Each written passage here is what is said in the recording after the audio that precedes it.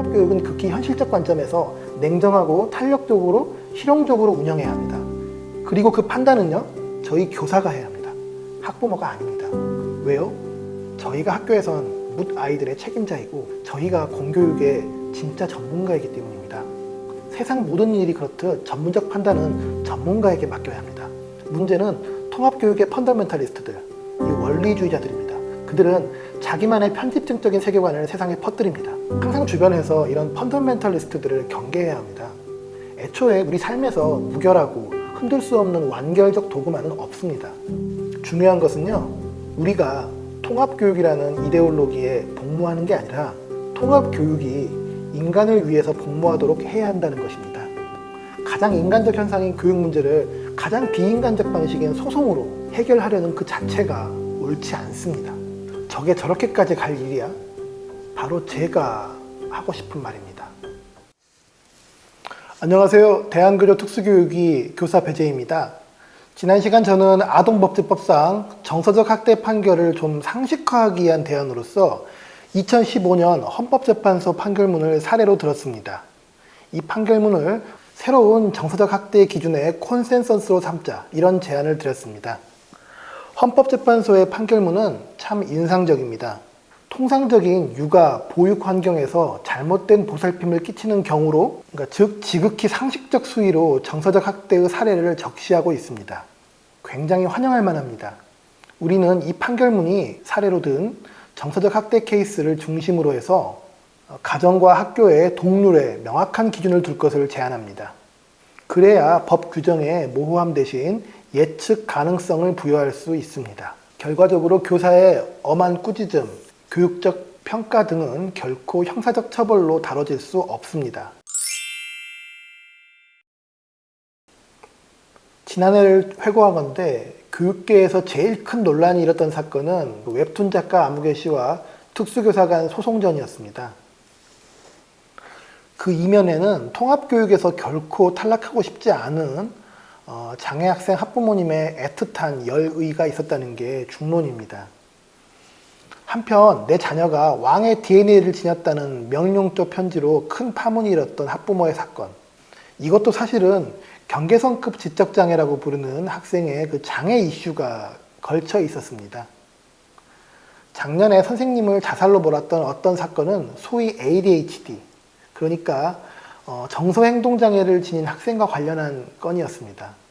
장애라는 키워드를 도무지 빼놓을 수가 없습니다. 개인적으로 제가 그 담당한 교과가 또 특수교육, 그러니까 장애학생 교육 분야인지라 더욱 먹먹한 마음입니다. 2023년은 기이할 정도로 이 특수교육, 장애학생의 학교생활과 관련한 사건, 사고가 많았습니다. 특히 장애학생 통합교육 문제, 이 부분은 제가 직접 말씀을 드리는 게 좋을 것 같습니다. 왜 장애학생 통합교육이 이렇게까지 논란인지 최대한 쉽게 말씀드리고 저와 저희 교원단체의 입장도 부연하겠습니다. 특수교육을 조영하는 두 개의 큰 이데올로기가 있습니다. 하나는 개별화, 또 하나는 통합입니다. 이 두 이데올로기는 굳이 꼬집자면 상반된 이념적 지향을 지녔습니다. 개별화는 말 그대로 한 명 한 명 개별적으로 교육해보자는 이념입니다. 장애 학생들은요, 장애 정도나 성향에 따라 매우 컬러풀한 어떤 특성을 띱니다. 다종다양하기 때문에 사실 강의식의 집단 수업은 썩 맞지 않습니다. 이 개별화의 제일 이상적인 형태는 아무래도 개인 교습일 겁니다. 그래서 일반적으로 특수학급은 인원수가 매우 적습니다. 대략 4명에서 7명 정도. 이와 정반대편에는 통합이라는 교육 이념이 있습니다. 통합은 주로 영미권 국가들의 사회운동, 민권운동에서 촉발되었습니다. 미국은 인권의 최전선에 있는 나라로 알려져 있지만 겨우 반세기 전만 해도 흑인과 백인이 따로 버스를 탈 정도였습니다. 영미권 국가들은 대개 오랜 노예제 전통도 함께 있었기 때문입니다. 이게 인종분리의 격벽, 소위 아파르트헤이트 같은 형태로 나타나기도 했습니다. 그런 과거에 대한 반성 때문인지 사람을 나누면 안 된다, 정체성이 좀 다르다는 이유로 격벽을 치면 안 된다, 이런 신조가 강합니다. 이게 통합입니다. 교육 쪽에서는 통합교육이라고 하고요. 장애로 인한 교육의 분리는 원칙상 옳지 않다는 어떤 도덕적 목소리가 큽니다. 게다가 명분뿐 아니라 교육의 효과 차원에서도 통합교육은 효과가 좋습니다. 상당수 장애 학생들은 또래들과 통합교육을 할 때 아주 잘 자랍니다. 또래들을 보고 배우면서 함께 커가는 게 참 많습니다. 물론 케이스 바이 케이스입니다. 그래서일까요? 극단적 통합교육론자들은요, 장애 학생의 학교인 특수학교 같은 경우는 아예 폐교해버려야 한다고, 일반 학교에 설치된 특수학급도 전면 폐지하라고 목청을 높입니다. 굳이 장애인, 비장애인 가리지 말고 일반 학급에서 다 같이 가르쳐라, 이런 주장입니다. 심지어는 특수교육이라는 용어 자체를 폐기하고 이젠 통합교육이라는 용어로 통칭해서 써야 한다, 이렇게 말하는 분들도 많습니다. 이래저래 통합교육은 오늘날 특수교육계에서 거의 정론처럼 굳어져 있습니다. 그 수위, 정도를 따질 뿐입니다.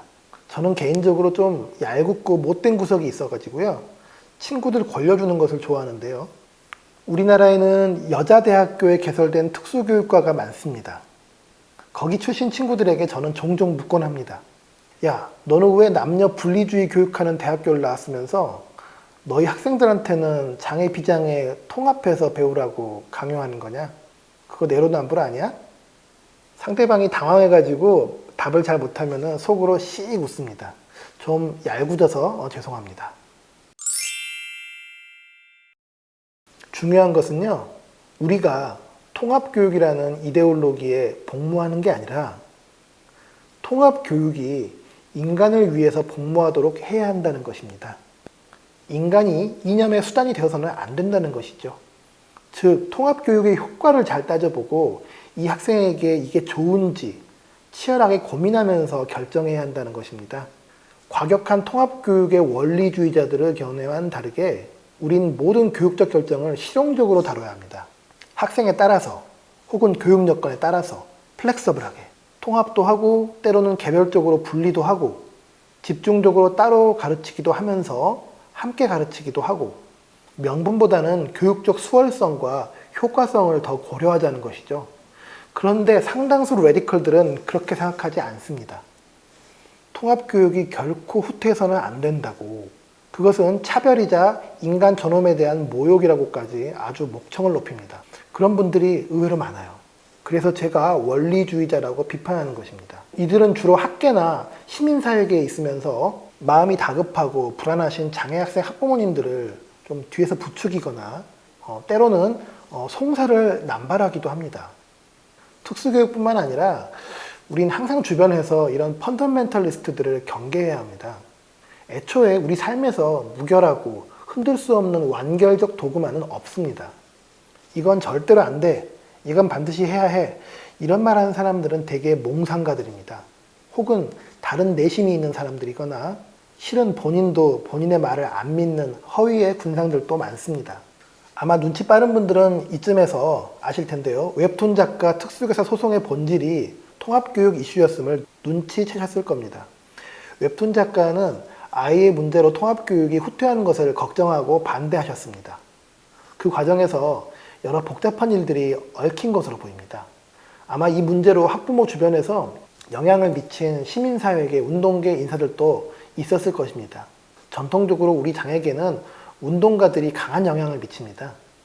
하지만 현업에 있는 입장에서 분명히 말하건대 통합교육이란 건 반드시 해야 하는 것도 해서는 안 되는 것도 아닙니다.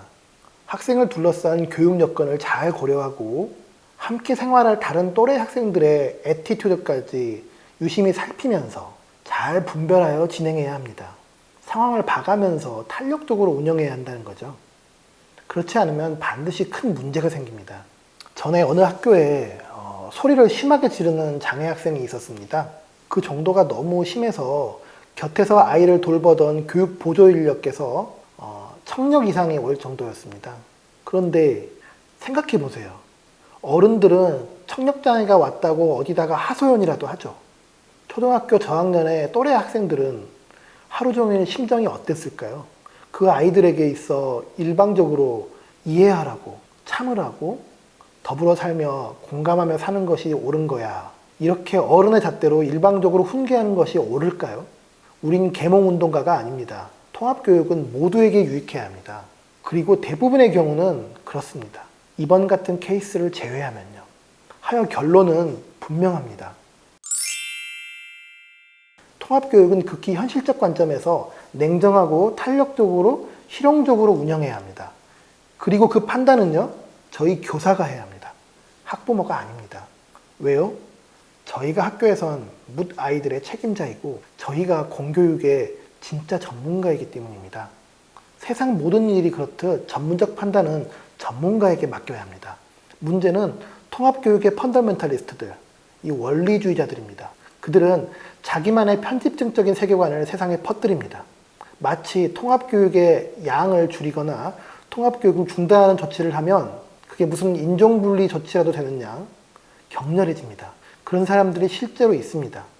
주로 현실 외곽의 대학 강당, 시민사회 쪽에 많습니다. 그리고 이 원리주의자들이 들쑤시는 겁니다. 필요가 있어서 별도의 분리교육을 하면 무슨 큰일이라도 되는 것처럼 그것이 중차대한 권익의 침해인 양 결코 그렇지 않습니다. 오히려 학생의 개별적 상황을 고려하지 않고 일반 학급의 우격다짐으로 입급시켰다가 낭패가 발생하는 경우도 많습니다.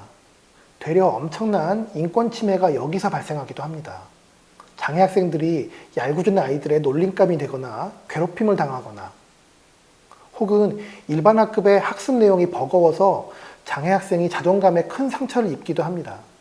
제가 보기엔 이 근본주의자들은 자신들의 명분론에 심취해가지고 여린 학생들과 학부모들 모두를 고통으로 등 떠미는 사람들처럼 보입니다. 그들이야말로 일견 폭력적입니다. 더불어 사는 삶의 정신은 옳습니다만 그 더불어를 뻣뻣한 법적 강제로 아이들에게 떠넘기면 곤란합니다. 작년에 웹툰 작가 소송전으로 시끌벅적했을 때 모 신문에 현직 특수교사의 현안 인터뷰가 있었습니다. 그는 너무나도 과격하고 몽상적인 주장을 하면서 이번 문제의 원인을 분리주의 정책 때문인 양, 심지어 특수학교를 없애야 한다는 주장도 내걸었습니다. 특수학교를 없애버려야 한다. 전형적인 통합교육 근본주의자들의 언술입니다. 문제는요, 그가 현직의 특수학교 교사라는 점입니다. 자기가 매일 출근하는 근무처를 없애버려야 한다는 이 로직에 저는 할 말을 잃었습니다. 대체 왜들 이러는 걸까요? 통합교육은 요리의 양념과 드레싱 같습니다. 성분과 농도가 중요합니다. 현재 학교에는 장애 학생에게 얼마만큼 통합교육을 할지, 어떤 시기여야 할지 논하는 협의기구가 있습니다. 우리나라 법에는 이 위원회가 1년에 최소 2회 회의를 열도록 규정해 놓았습니다. 이 위원회에는 여러 교사들, 장애 학생 학부모님들이 모두 참여합니다. 문제는요, 아주 희박한 경우에 자녀의 통합교육을 급진적으로 강조하는 학부모님이 계신 경우 서명을 거부하기도 하고 협의 내용의 수정을 일방적으로 요구하기도 한다는 점입니다. 이런 이유로 인해서 위원회가 공전에 공전을 거듭하고 심지어는 소송으로 비화하기도 합니다. 문제가 뭘까요? 이해 당사자의 요구가 교육 전문가의 소견보다 더 강조되는 것입니다. 저는 항상 주장하는 바입니다. 교육의 정도, 방식 등 현장의 교육적 판단은 가르치는 교사가 전권을 가져야 한다고. 모든 학부모는 내 자녀에게 유리한 방식으로 여러 권리 요구와 주장들을 하게 마련입니다. 그런 요구들을 냉정히 고려하고 때로는 배제하면서 학교 운영과 학생 교육의 최고로 적절한 포인트를 결정하는 것은 전문가들의 몫이어야 합니다. 이해 당사자인 학부모가 아닙니다. 그래서 이 위원회에서 학부모가 필수 자문 역할 정도로 그 역할을 제한하여야 한다고 저는 주장합니다. 결국 학교에서의 교육적 선택과 집행은 가르치는 교사의 몫입니다. 공교육에서 교사가 더 이상 이해 당사자인 학부모님들의 여러 요구에 흔들려서는 안 됩니다. 의사가 환자 보호자의 견해에 자꾸 영향받아서야 되겠습니까? 전문가 윤리의 핵심은 자신이 갈고 닦은 전문성을 중심으로 묻 판단을 내리는 냉철함입니다.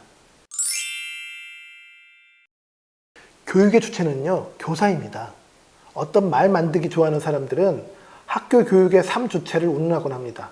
교사, 학생, 학부모, 교육의 3주체 이렇게요. 근거가 없는 허위의 관념들입니다. 학생은 교육의 주체가 아닙니다. 학습의 주체입니다. 학부모는요, 공교육의 주요한 조력자입니다. 다시 말합니다. 교육의 주체는 교사요, 학습의 주체는 학생. 이 대원칙이 헛개비 같은 여러 주장들과 허영의 논리들로 흔들려서 한국 교육이 이렇게까지 온 것이라고 저는 생각합니다. 반복합니다만 전문적 판단은 이해 당사자가 아닌 전문가가 해야 합니다.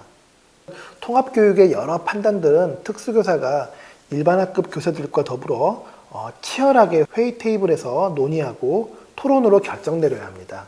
학부모님들께서도 저희 교사를 믿어주셔야 합니다. 저희 판단을 신뢰해 주셔야 합니다.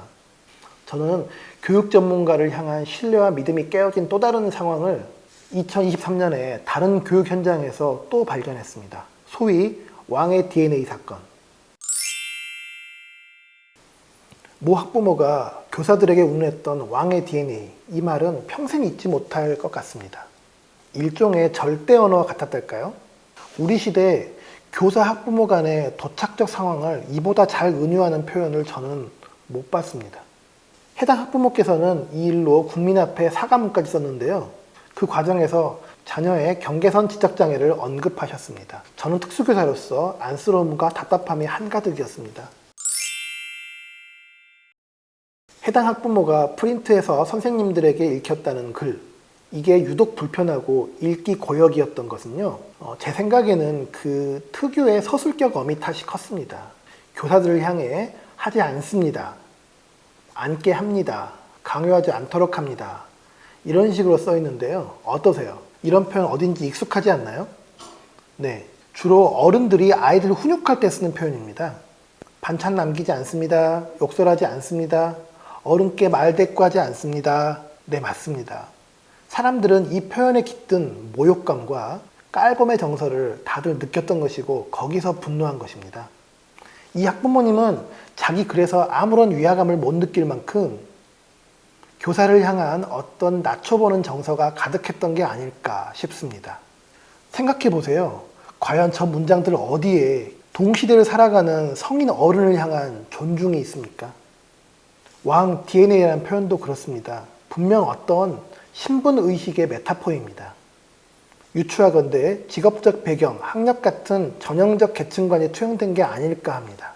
특히나 피라미드 조직인 공직사회에서 중앙정부의 높은 직위를 지닌 해당 학부모의 직업적 배경이 의미심장합니다. 산업화 시기까지 한국의 교육자는 그나마 식자층이었습니다. 하지만 시대는 변했고 이제 어떤 통계, 소득 지표를 봐도 교사는 한국 사회의 소득 분포 레벨에서 중간 좀 아래에 해당합니다. 요컨대 학력, 재력 등으로 사람을 급나누는 고약한 우리나라의 세태 속에서 교사는 더 이상 존경의 대상에 이르지 못하게 된 것이지요. 이 학부모는 자녀가 왕의 성정을 지녔다면서 거의 무제한적인 칭찬과 허용을 선생들에게 강요했습니다. 왕의 DNA 운운하는 대체의학자의 요서를 곧이곧대로 믿었습니다. 즉, 교사의 일반적 교육 전문성보다 컬트적인 주장들을 앞질러 생각한 것이죠.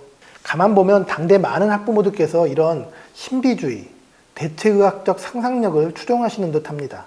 그리고 잘못된 조언을 추종한 대가로 지금 학부모께서는 큰 고초와 고통을 겪는다고 합니다. 그래서 제가 한번 대한민국 교사로서 해당 학생을 위한 전문적 카운셀링을 해드려 보겠습니다. 아마 그 대체의학자의 주장과는 정반대의 제안일 것입니다. 사과문을 쓴 해당 학부모께서는 자녀의 경계선급 장애를 이유로 들었는데요. 제 전공이 특수교육입니다. 저 역시 장애가정의 일원입니다. 바라건대 힘겨운 시간을 보내고 있으실 학부모께 이 영상이 돌고 돌아 전해졌으면 합니다. 연민과 질책을 함께 담았습니다. 선택은 학부모님의 몫입니다. 경계선급 보더라인 지적장애란 아슬아슬한 경도우 장애입니다. 주의 깊게 보지 않으면 티가 안 나고 살짝 느린, 살짝 분위기 파악이 안 되는, 외모도 말투도 딱히 구분이 안 되는 케이스. 옛 시골 동네에 꼭 있었던 가여운 아저씨들을 한번 떠올려 보세요. 마을 사람들 일 다 해주고도 임금 한 푼 못 받고 실상은 강제 노역을 하셨던 분들.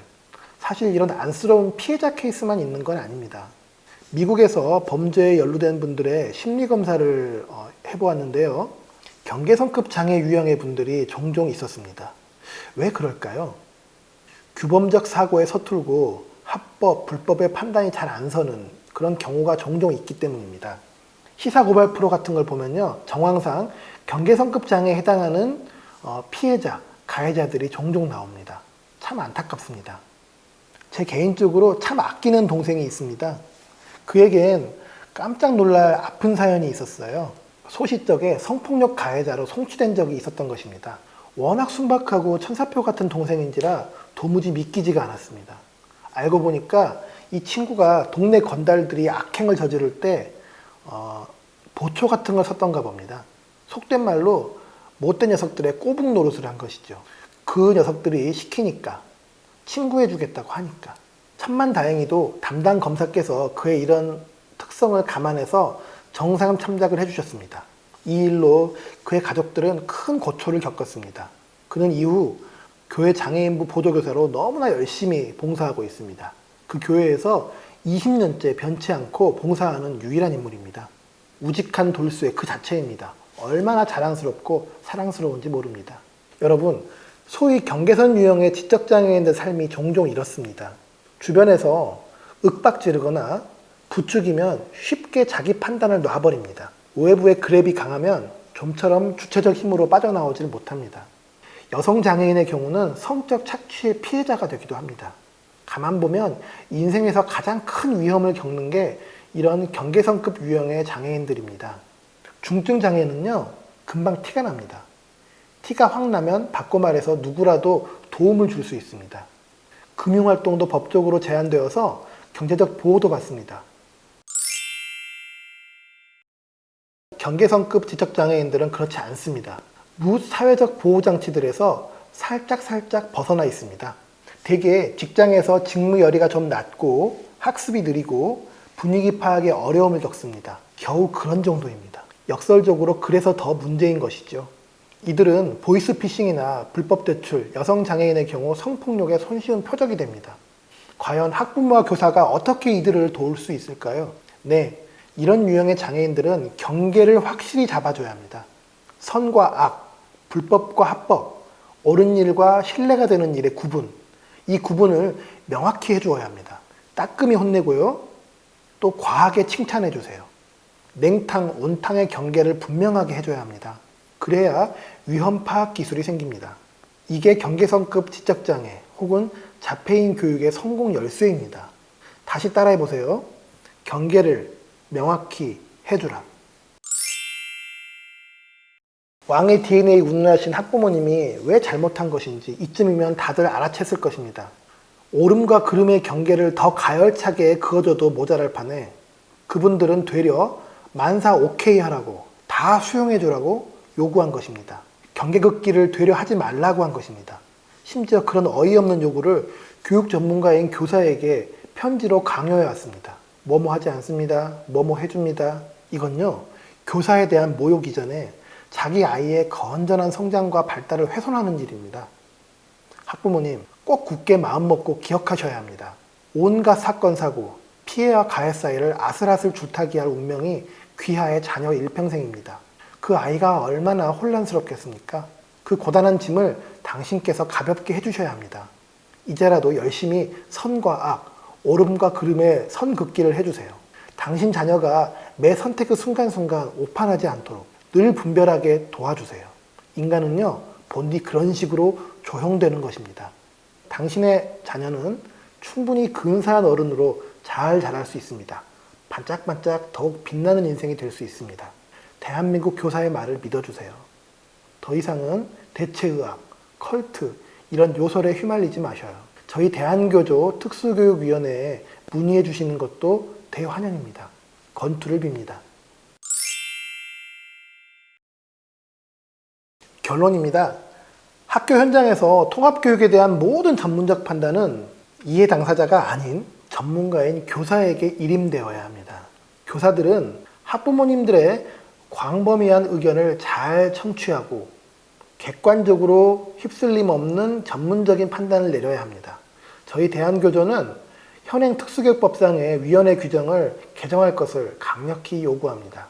학부모의 민원성 의견에 더는 휘둘리지 않는 전문성 중심의 위원회 조직을 새로 꾸릴 것을 요청드립니다.